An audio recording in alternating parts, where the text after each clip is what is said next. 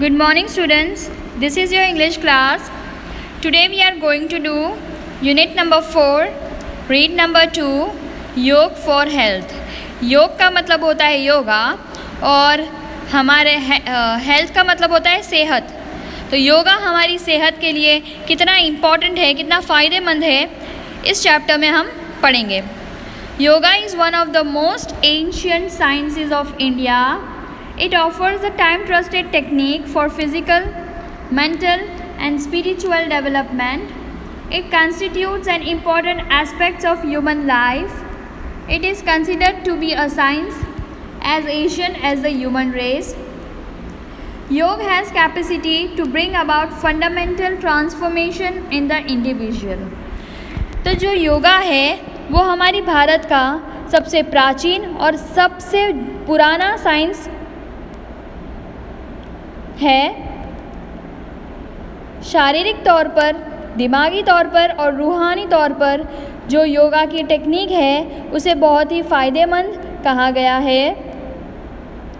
हमारे इंसान की ज़िंदगी में जो एक इम्पॉर्टेंट मतलब अहम एस्पेक्ट होता है, अहम मालूमात होती है, वो योगा से ही हमें मिलती है. साइंस के अंदर भी जो आज के दौर की जो ह्यूमन रेस है, जो इंसानों की भागदौड़ है, उसमें भी योगा बहुत ही सफल प्रूव हुआ है. योगा से हमारे एक इंसान के अंदर सादगी और तब्दीली कैसी आती है वो बताया गया है. Yoga is a holistic exercise that provides physical, mental as well as spiritual benefits.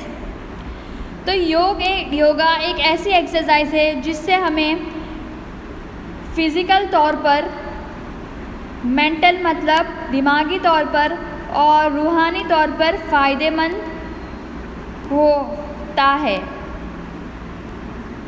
It provides workout for the muscles. ये मांस का एक वर्कआउट है. It also benefits joints, ligaments and skeletal system by improving flexibility and balance. हमारे जो जोड़े में जो दर्द होता है वो योगा करने से मिट जाता है और हमारी जो हड्डियों की जो सिस्टम है उसमें लचक पैदा करता है और बैलेंस पैदा करता है.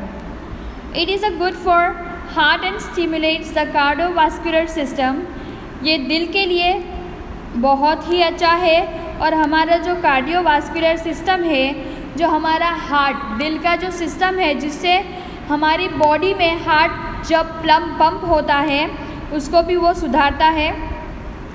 It oxygenates the blood and help strengthen the heart. तो ये जो खून है वो हमारे शरीर में अलग अलग जगह पहुंचाने का काम करता है. It is a good for digestive system, the nervous system and supports the respiratory system. हमारे जो पेट का सिस्टम है उसके लिए भी योगा बहुत ही फ़ायदेमंद है. जो नर्वस सिस्टम है उसके लिए भी और जो रेस्पिरेटरी सिस्टम, जो सांस लेने की सिस्टम है, उसके लिए भी. It enables the various endocrinal glands to function properly and reduce tension and anxiety. Yoga से हमारा माइंड भी बहुत ही फ्रेश होता है, तो उससे हमें टेंशन और एंजाइटी कम हो जाती है. If you suffer from insomnia, yoga will help you to sleep well. अगर आपको नींद नहीं आती है और आप रात भर जागते रहते हो तो योगा से आपको अच्छी नींद भी आएगी. दस योग is useful in many psycho और फिज़िकल एलिमेंट्स. तो इसीलिए योगा बहुत ही फ़ायदेमंद है हमारी बॉडी के लिए भी और हमारे दिमाग के लिए भी. सूर्य नमस्कार is an ancient form of योग. जो सूर्य नमस्कार का नाम तो आप सबने सुना ही होगा, तो वो बहुत ही प्राचीन और पुराना योग है. This form of yoga is a complete meditative technique. It includes asanas and pranayama. अब जो सूर्य नमस्कार है वो पूरी टेक्निक है. इसमें आसन और डिफरेंट आसन्स मतलब अलग अलग आसन्स को मिलाकर, प्राणायाम को मिलाकर एक चीज़ बनी गई है जिसे हम कहते हैं सूर्य नमस्कार.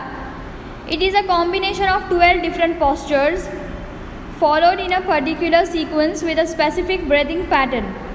It helps an individual to vitalize and unblock the whole system.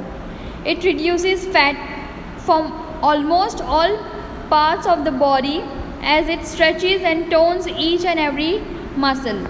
तो 12 postures, जो 12 पोज है उसको मिला के एक सूर्य नमस्कार बनता है. वो एक इंसान की जो सिस्टम है, पूरे शरीर की सिस्टम को सुधार देता है. हमारे बॉडी में जो एक्स्ट्रा चर्बी है, एक्स्ट्रा फैट है, उसे भी पिघाल देता है और लचकदार हमारी बॉडी को बनाता है.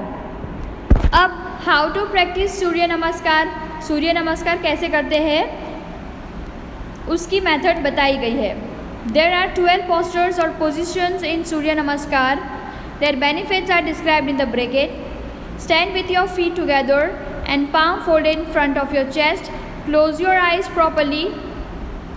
अब सबसे पहला स्टेप है अपने पाँव पर, अपने फीट पर खड़े हो जाओ और जो हमारे हाथ है वो हमारे चेस्ट, सीने के पास फोल्ड कर दो. जैसे नमस्ते की पोजीशन करते हैं ना, वैसी एकदम स्ट्रेट खड़े हो जाना है और हमारे हाथ चेस्ट के पास फोल्ड करने हैं और अपनी आंखें बंद करनी है. इससे क्या फ़ायदा होता है? हमारी बॉडी में बैलेंस आता है, हमारी जो सांस लेने की सिस्टम है वो अच्छी हो जाती है, हमारे जो खंबा है, शोल्डर है, उसकी एक्सरसाइज हो जाती है और बैक और नेक, हमारे गले गर्दन की और बैक की भी एक्सरसाइज होती है. सेकेंड स्टेप है raise your arms over your head and shoulders with the palms touching each other and biceps touching your ears. Stretch your abdomen as much as possible and lean backward. तो दूसरा step है अपना जो हाथ है, जो आपने चेस्ट के पास नमस्ते की पोजीशन में रखा था, उसको खोल कर ऊपर ले जाना है. अपने जो आपका आर्म है, जो हाथ है, उसको कान के पास टच करके ऊपर ले जाना है और स्ट्रेच करना है. ऐसा स्ट्रेच करना है कि आपका जो एब्डोमेन, जिसको हम पेट का सिस्टम बोलते हैं, वो उसमें एक खींच आए. खींच टाइप मतलब थोड़ा वो स्ट्रेच हो और जितना हो सके उतना पीछे जाना है. इससे क्या होगा? बैलेंस होगा. आपका जो डाइजेस्टिव सिस्टम है, पेट आपका अच्छा होगा. आपके जो आर्म्स और शोल्डर, खंबे की एक्सरसाइज होगी. पीछे जो रीढ़ की हड्डी है वो आपकी थोड़ी अच्छी बनेगी और लचक पैदा होगी. थर्ड है bend forward and place your palm at the side of your feet. Touch your knee with forehead and exhale deeply. आपको ये तीसरा स्टेप यहाँ पर दिख रहा है. पूरा आपको बेंड होना है और अपने दोनों पैर से दोनों हाथ को पकड़ना है और अपनी जो नी है, जो नाक है अपना, वो अपनी नी पर टच करना है.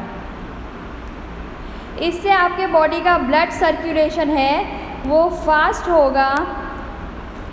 आपके जो पैर है और मसल्स है वो स्ट्रेच होंगे और आपकी जो पीछे की हड्डी है वो भी अच्छी होगी. नेक्स्ट स्टेप है take one leg back and place the other leg in front with palms firms on the ground. Raise your head and inhale. Fourth वाला है अपने एक पैर को आप आगे लाइए और दोनों हाथ को नीचे रखिए और अपना जो सर है वो ऊपर स्काई है, आकाश की तरफ खींचना है और पीछे के जो लेग है उसको स्ट्रेच करना है, उसको खींचना है. इसमें क्या होगा कि आपके जो हाथ है ना, आपके हथेली के जो मसल्स है वो स्ट्रेच होंगे और फुर्तीले बनेंगे. बाकी के स्टेप हम दूसरे